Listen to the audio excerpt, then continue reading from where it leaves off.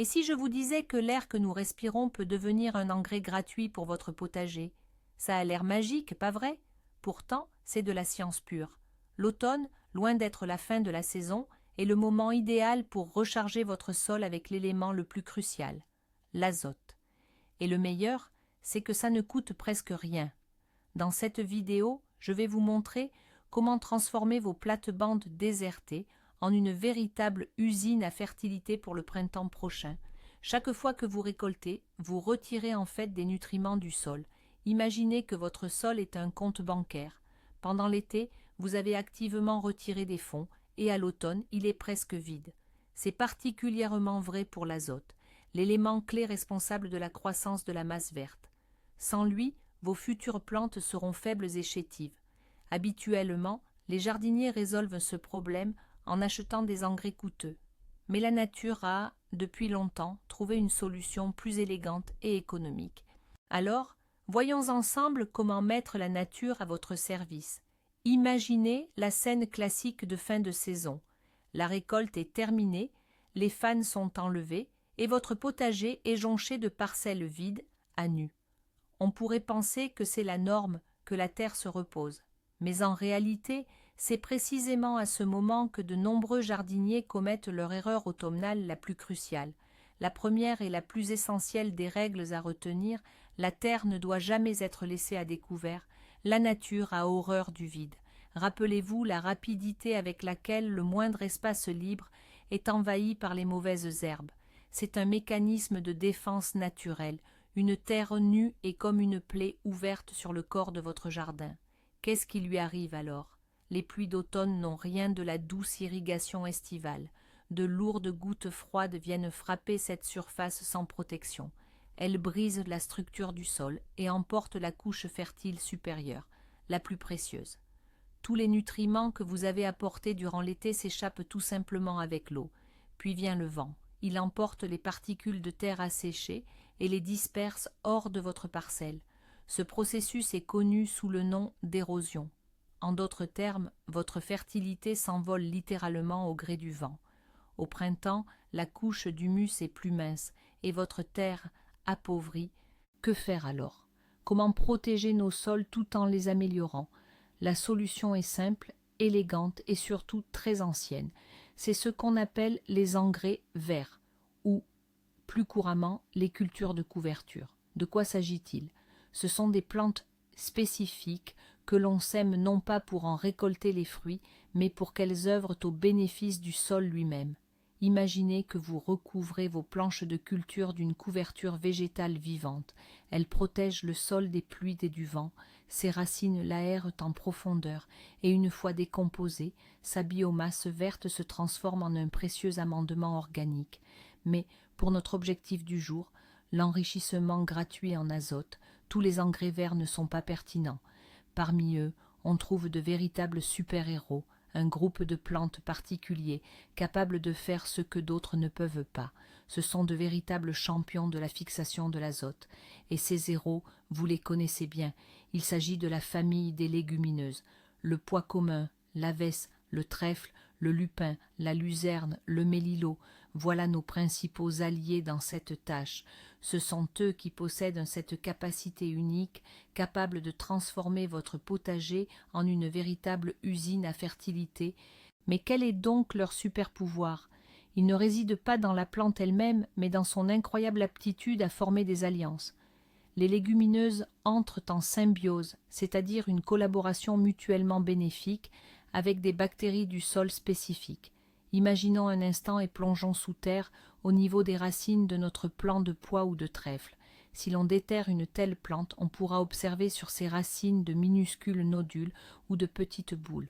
Ce sont ces fameux nodules, de véritables petites usines où s'activent des colonies entières de bactéries rhizobium. Ces organismes microscopiques sont de véritables magiciens. Ils accomplissent ce qu'aucune autre plante n'est capable de faire. Ils captent l'azote, abondant dans l'air qui pénètre le sol, et le transforment en une forme directement assimilable par les plantes. Ce processus est appelé la fixation de l'azote. En somme, vos racines abritent une véritable mini-usine de production d'engrais. Une partie de ce nutriment azoté, ainsi produit, est utilisé par la légumineuse pour sa propre croissance. Mais ce qui est crucial pour nous, c'est qu'elle accumule d'énormes surplus dans ses racines et sa biomasse. C'est précisément cette réserve d'azote gratuite qui sera ensuite disponible pour vos futures cultures. Alors, pourquoi l'automne est-il le moment idéal pour toute cette opération? La réponse est simple et plusieurs facteurs y contribuent. D'abord, vos planches de culture sont libres. La récolte principale est déjà faite et vous disposez de parcelles entières de terres inutilisées qu'il serait dommage de ne pas mettre à profit. Plus besoin de chercher de la place entre les tomates et les concombres. Deuxièmement, la terre est encore assez chaude. Septembre et même le début d'octobre dans de nombreuses régions sont des périodes idéales où le sol a conservé la chaleur de l'été. Cette chaleur, combinée aux pluies automnales, est amplement suffisante pour que les graines d'engrais verts germent rapidement et se développent. Ils n'ont pas besoin de fleurir ni de donner de fruits. Leur tâche principale est de développer un maximum de masse verte et un système racinaire avant l'arrivée des fortes gelées persistantes. Même s'ils ne se transforment pas en buissons gigantesques, ils accompliront leur rôle essentiel. Ils lanceront le processus d'accumulation d'azote et, ce qui est tout aussi important, ils créeront ce tapis végétal qui protégera le sol pendant l'hiver. C'est une fenêtre d'opportunité idéale que la nature nous offre elle-même. Bon, la théorie c'est réglé. Maintenant, passons à la pratique. Quels sont les meilleurs végétaux à semer à l'automne? Les options sont nombreuses, mais certains se sont imposés comme des valeurs sûres. En tête de liste, un grand classique indémodable, le mélange Vesset-avoine. C'est un duo parfait. La Vesset, en tant que légumineuse, fixe l'azote dans le sol. Quant à l'avoine, elle lui offre un support solide, évitant qu'elle ne s'affaisse, et avec son puissant système racinaire fasciculé, elle ameublit et structure parfaitement le sol. Ils travaillent en équipe, se complétant mutuellement. Une autre excellente option est la moutarde blanche. Elle ne fait pas partie des légumineuses, mais elle a un super talent bien à elle.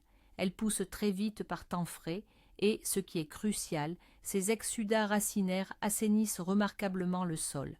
La moutarde aide à lutter contre les agents pathogènes du mildiou et de la gale et repousse également un ravageur tenace comme le ver-fil de fer.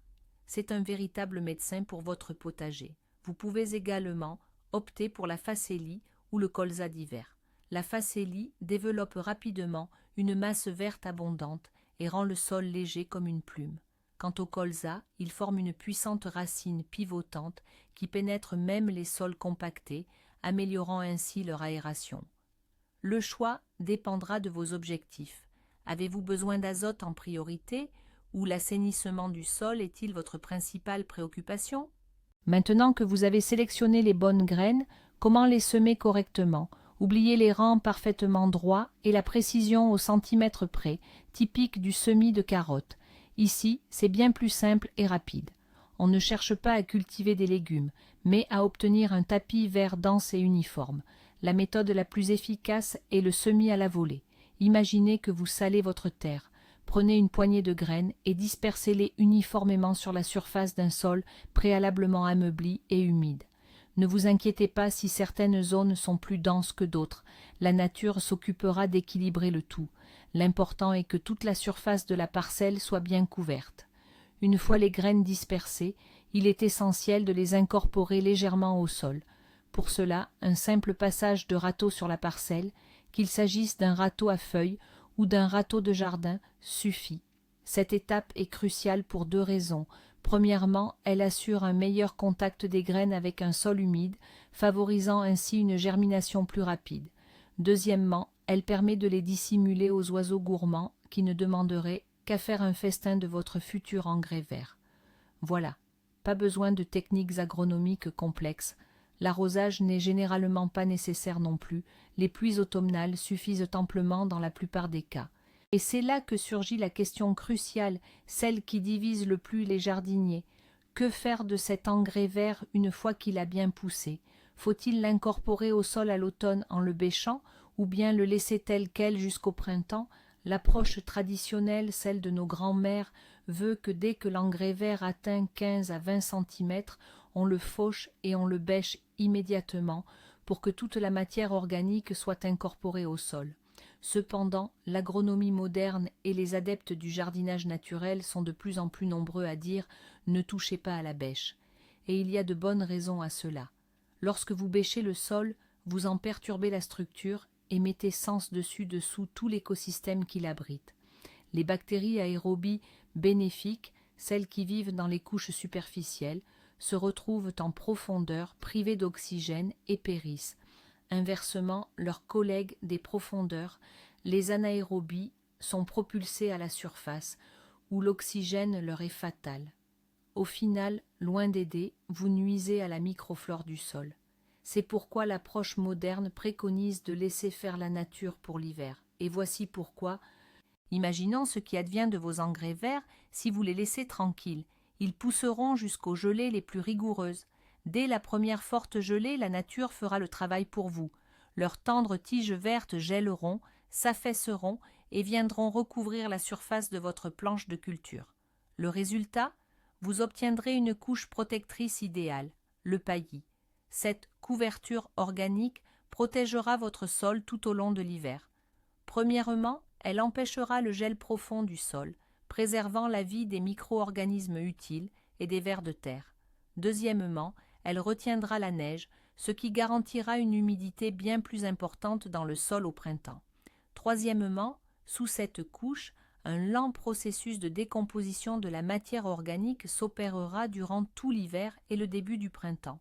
Et surtout, au printemps, vous n'aurez pas de gros travaux à effectuer. Il vous suffira de passer un coup de binette ou de râteau sur la planche pour ameublir la couche supérieure et tracer les sillons de vos semis. Toute la matière organique accumulée et le précieux azote resteront là où ils sont le plus nécessaires, dans la couche supérieure et racinaire du sol, prêt à nourrir vos futures cultures dès le premier jour. C'est simple, efficace, et cela vous économisera beaucoup d'efforts. Et voici le point le plus étonnant. Réfléchissez-y un instant. L'air que nous respirons est composé à 78% d'azote. C'est une ressource immense, inépuisable et totalement gratuite, littéralement partout autour de nous. Alors que la production d'un seul kilo d'engrais azoté de synthèse en usine exige une quantité colossale d'énergie et de combustible fossile, vous pouvez obtenir ce même azote simplement en semant un sachet de graines pour un coût minime. Vous ne faites pas que fertiliser la terre. Vous mettez en marche un cycle naturel, un processus vivant. Vous créez un écosystème de sol sain et dynamique qui nourrira vos plantes année après année. Ce n'est pas seulement une question d'économie d'argent. C'est une approche du jardinage complètement différente, plus intelligente et plus harmonieuse. Vous n'êtes plus un simple consommateur, mais un véritable partenaire de la nature. Pour résumer, l'automne est votre opportunité d'enrichir gratuitement et efficacement votre sol en azote. Mettez à profit le pouvoir des engrais verts, notamment les légumineuses, pour préparer votre potager à la saison prochaine. C'est facile, économique et extraordinairement bénéfique pour la santé de votre terre. Merci d'avoir regardé cette vidéo jusqu'au bout. Si vous avez trouvé ces informations nouvelles et utiles, n'oubliez pas de mettre un like et de vous abonner à la chaîne pour ne rater aucune de nos futures astuces de jardinage. Et maintenant, une question pour vous. Utilisez-vous des engrais verts dans votre jardin? Quelles sont vos variétés favorites et pourquoi? Partagez votre expérience dans les commentaires. Échangeons nos idées.